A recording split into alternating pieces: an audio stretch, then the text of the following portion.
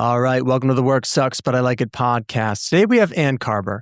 She's a passionate and driven entrepreneur who has spent decades helping small businesses succeed. As the founder of FJ, she turns big ideas into bold realities. She also hosts the podcast, Let's Get Naked. Ann, welcome to the show. Thanks, Tony. Thanks for having me. Now, looking forward to this. So, Ann, define work for us today. You're coming out swinging, right? I love it, right? I think work is what you make of it. I think it's very different because I think people work in different ways now. It used to be very traditional in, the 9-to-5 gig. And I just think with all of the technology that we have, as well as people really feeling like they need more for their souls, I think work can look a lot differently nowadays. So, for me, my work is all the time and it's not the traditional, I think, it's whatever for me leads your soul. Work can be what feeds your pockets, and I totally get that. But later in my life, that's secondary to kind of what leads my soul and what feels like where I'm supposed to be going. So, yeah, I follow that. I know everyone else maybe has a different approach to like what pays the bills, but Cool. So what's leading your soul today? Yeah. With your work? The biggest thing that's leading my soul is just humanity in general. I think we're at this place right now that we're very, very divided, and I think it's a really scary and dangerous place. And so everything that I'm doing with my soul work is trying to move the needle as far as that's concerned. I started a movement recently called the And Project that just promotes unity over division, because I think there's so many things that go against unity and are really just an assault on us as humans in general. So that's what I'm really passionate about. What that looks like is, the podcast, looks like the book that I recently put out, and then FJ is kind of the brains behind everything to kind of pull it all together and keep everything moving. I have different businesses as well, real estate. My husband and I share a manufacturing company, and so that FJ just kind of is the brains that takes care of all of the things. So humanity being divided, walk us through that. How do you see the world today? Why is it divided? Yeah. I think it's very profitable. I think division is very profitable. And so you look at politics, you look at media, you look at organized religion, you look at all of these things that are so rooted in fear, and then they just pit us against one another. I think COVID didn't do us any favors by just connecting with one another and realizing that, like, hey, your neighbor Bill isn't a bad guy. But now that we don't connect with one another, it's like you see something on the internet, everyone gets outraged, everyone's these keyboard warriors that are happy to just say completely outrageous things to one another. And again, fear and division is very profitable. And so a lot of people aren't really paying attention and understanding that that's an assault on us as humans, and we really need to do something about it. And so for me, I have all of these people in my life who are like, yes, they agree. And then what do we do about it? And so I've started this And Project just to bring people together, and then we'll figure it out, right? I don't have any of the answers right now other than knowing that we need to bring people together that believe the same thing. And so that's really what's driving my work right now. No, I love that. So you said the word profitable, and let's face it, we all have to make money to live. I guess, where do you strike the balance, right, with being profitable and what you're talking about? Right. Yeah. That's a warriors. Great... Yeah, it's a great question because, you have to put food on the table still. For me, I'm in a position in my life where I've sold businesses and started businesses. I've been a hustler my entire life. So I've made, nice amount of money in selling previous businesses and doing, real estate deals and stuff like that. And so for me, my balance is probably different than most people because I just want to help so much that I'm sure my husband would like me to have a better balance of money coming in than money going out to help things. But, you have to kind of figure out how passionate are you towards the things that you are, and what are you willing to put on the line for that? For me, I think humanity in general is in a really dangerous place right now, and so it has me putting maybe more than some people would think is reasonable on the line for what I believe in. But yeah, there's definitely a balance. Mine just happens to be out of whack from what most people would think. So I love your talk on humanity. So I was on a podcast, Vanessa the Vivacious, and she has her podcast, Humanity 2.0. And I guess I'm very curious to hear what you think of in terms of where humanity should be. Describe to us what humanity should look like today, not divided, maybe. Yeah. I think just connection is if we could just promote connection on a level of just who's around your house in your neighborhood. Community, I think, churches, organized religions do a great job of that. But if you're not a religious person or into that, where do you then go to get your community if not from an organization like that? And so what I would love for it to look like is people being able to connect where it doesn't have anything to do with your political affiliation. It doesn't have anything to do with who your big guy is, right? To me, my big guy is my higher power. He can look like all sorts of different things. I don't think anyone is right or wrong. I think really promoting to people so that they understand we're all meant to come at this from our own unique POV, and I'm not going to agree and see things exactly like you do. And what would be the fun if we did anyways? And so being able to really celebrate one another's differences and have conversations where we talk about those things, where we look for solutions and common ground instead of screaming into the void about how we're right and the other people are wrong. Everyone's gotten really good at that, but where has that gotten us? I will say it just continues to get further and further down the road of not great. And so really being able to come together with one another and find common ground is what I would like to see over just the division and everyone's like outraged that I'm not outraged about all of these things that are happening in the world. And I'm like, I don't think that's normal, you guys.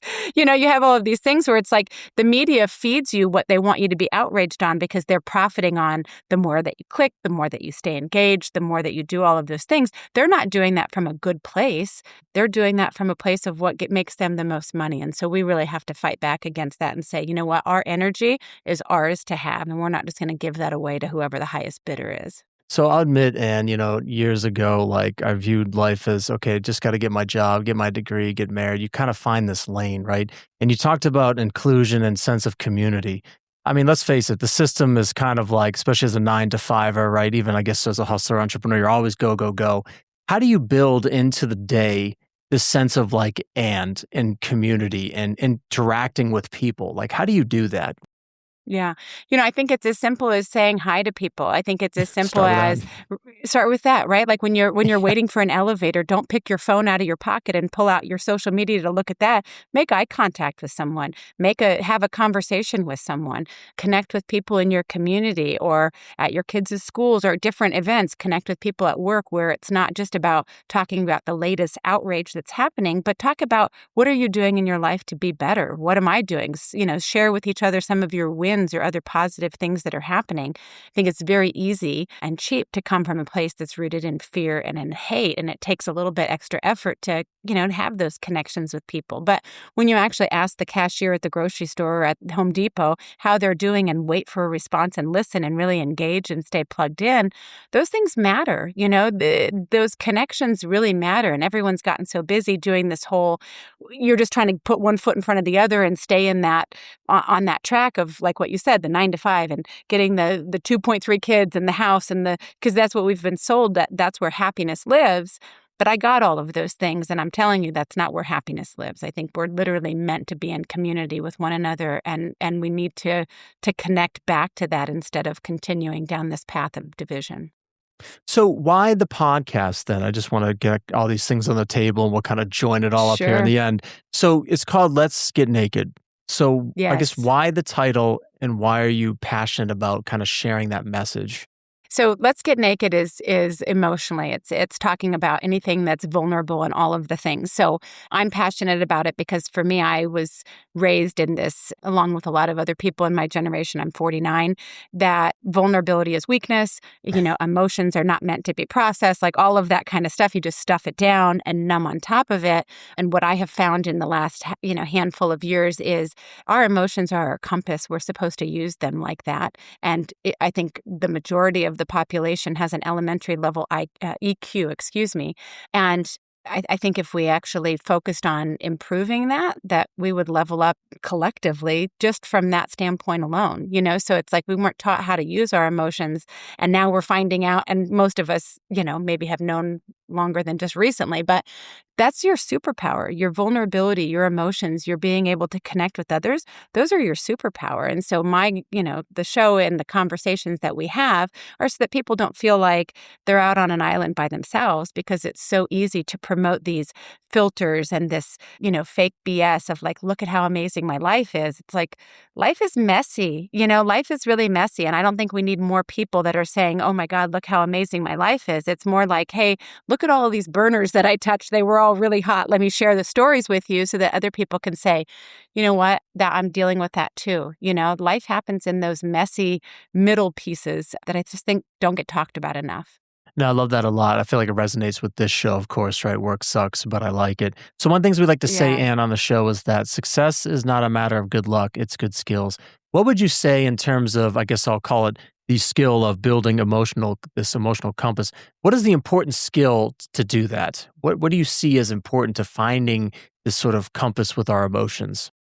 Yeah, I think just really being able to slow down for just a second, right? When something happens to you, when something triggers you, pause for just a second. I think so many of us have gotten into this habit of reacting without that pause. So we react rather than respond. And I think it's a really dangerous place, because when we do that, we cause our own suffering.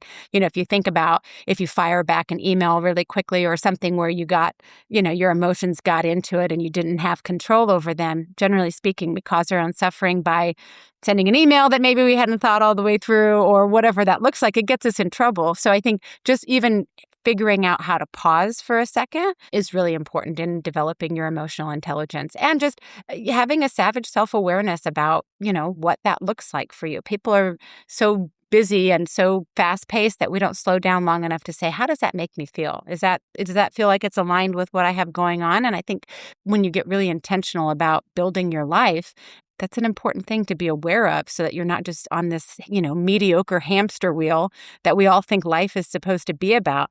I'm here to tell you I think the game is much different than that. I think we've all been kind of led down this path, and I just don't think it's like that. In my book, I talk about energy being Skittles, just from a standpoint of being able to get your head around it and work with that, because I think your energy is your most valuable resource.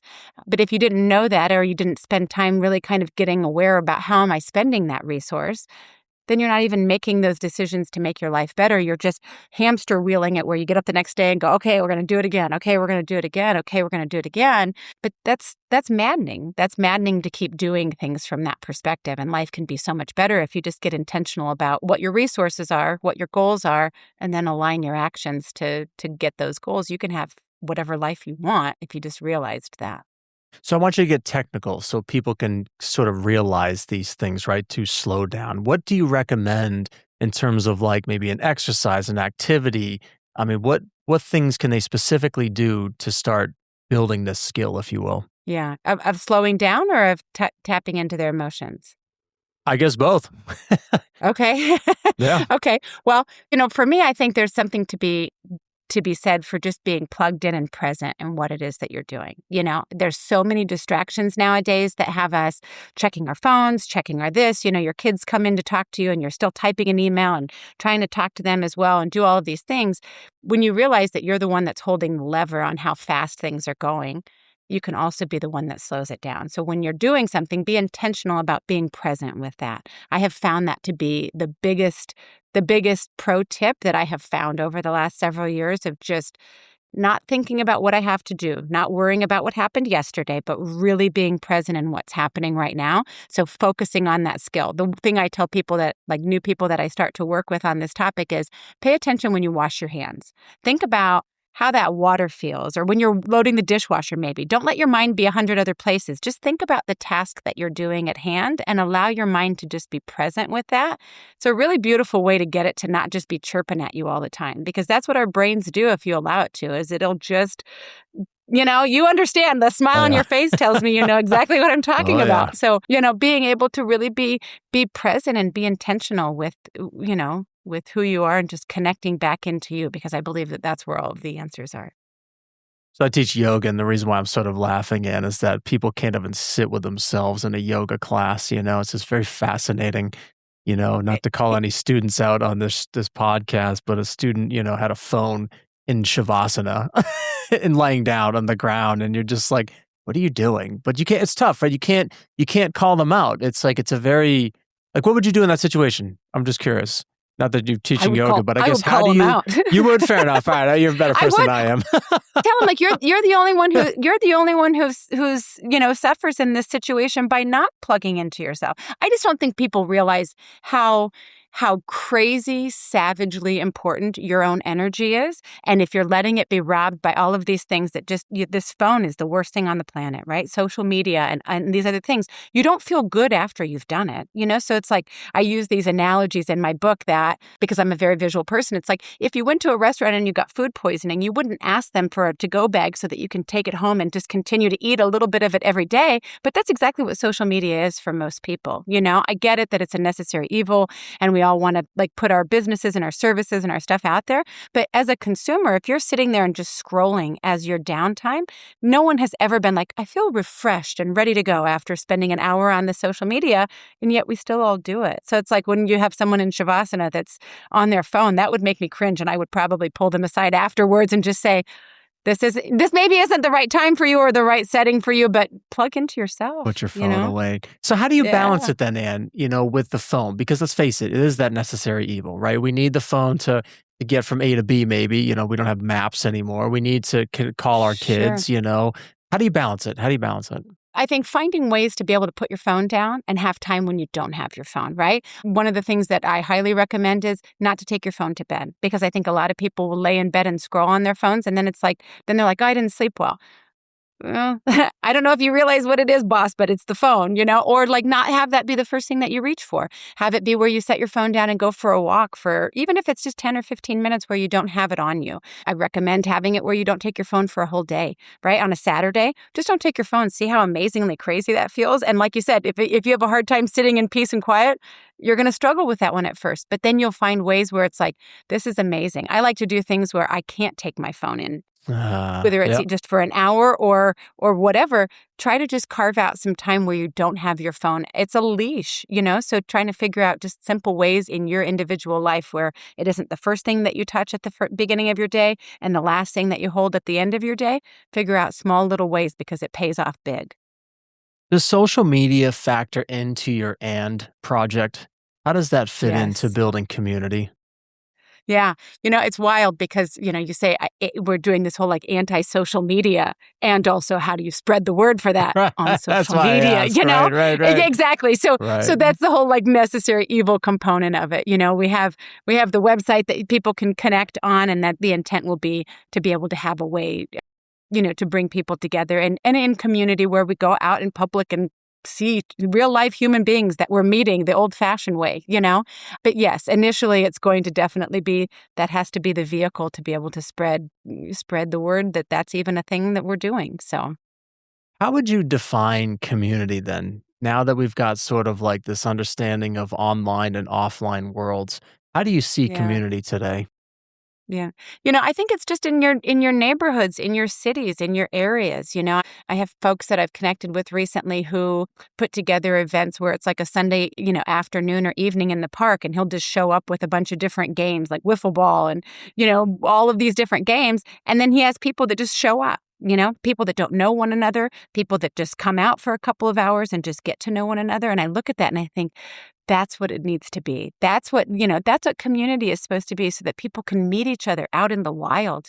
I don't know if, your listeners are big into like dating apps or that kind of thing, but it's like, there's nothing natural about doing that. Everyone that I talk to is so frustrated with that. It's like, we're meant to get out into our communities and do things with other people that are like-minded that we are, whether that's joining a hiking group or joining a group where we get outside. You feel better when you're out in nature, when you have the sun shining on your face, when you're not just sitting behind a laptop or your phone looking at how terrible things are out in other parts of the world. It's like when people talk about being depressed, it's like, well, stop doing depressing shit. Like it's really true. And I'm not saying that there's not other things that go into that, but that's a good start. That's a really great start of getting outside and finding your people. I know that that's hard to do, but finding groups that you can meet up with in your local area and build community that way. So I look at like social media as like addiction, right? I mean, we can all Yeah. admit that it's an addiction. And when we think Yes. addiction, I think of, well, drugs, bad addictions, right? So it is hard to break away from that and to go outside. It is hard to go Mhm. out and talk to your neighbor. I guess like get a little technical, Ann, for us of how we can break that habit. There's no AA meetings, I guess, for social Yeah. media, right? There Yet. I there's don't know. Maybe not. there are. I don't There's know. not. Some You of the know? things that I did that I tried at first because when I started doing the show, I was not a big social media person before that. And then in doing the show, that's kind of part of the necessary evil. And I've, gone from having people to help to where I'm kind of doing it myself and blah, blah, blah, blah, blah. What I found works is putting that app on the very last page of your home screen in a folder that says, "Are you sure you want to?" Right? Because then Okay. it makes you think. And That's cool. instead of just like you're standing at the elevator and you don't know, you don't want to be looking at someone or make it weird or whatever, picking up your phone and then it's so easy when that Instagram app is right there on the front. Then before you know it, you've wasted 5 or 10 minutes and you don't feel good about anything, Yeah. So make it harder to get to, I think is a good start for that. Or also saying, I'm not going to spend X amount more time and set a timer, right? So if you say, I've got 20 minutes a day that I'm going to devote to whatever your scrolling is or catching up with people, then set a timer and hold that to yourself, right? Honor your own commitment to yourself by not going past that.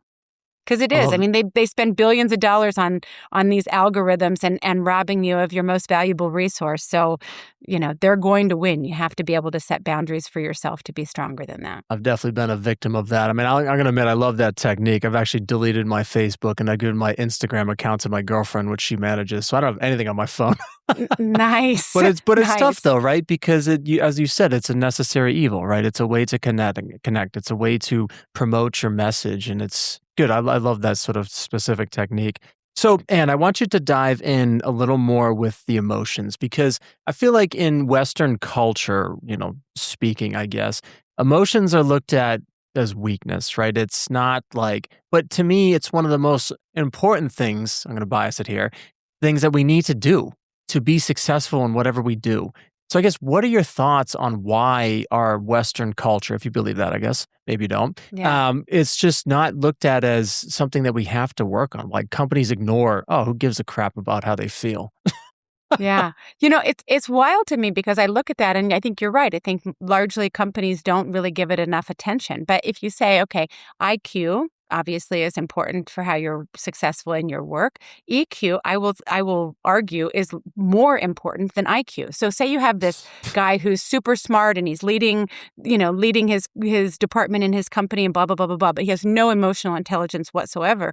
You bump into that guy's ego and he loses his mind, right? Like people don't want to work for him. He's not plugged into human development. I mean, there's so many things that like make that guy a liability instead of an asset.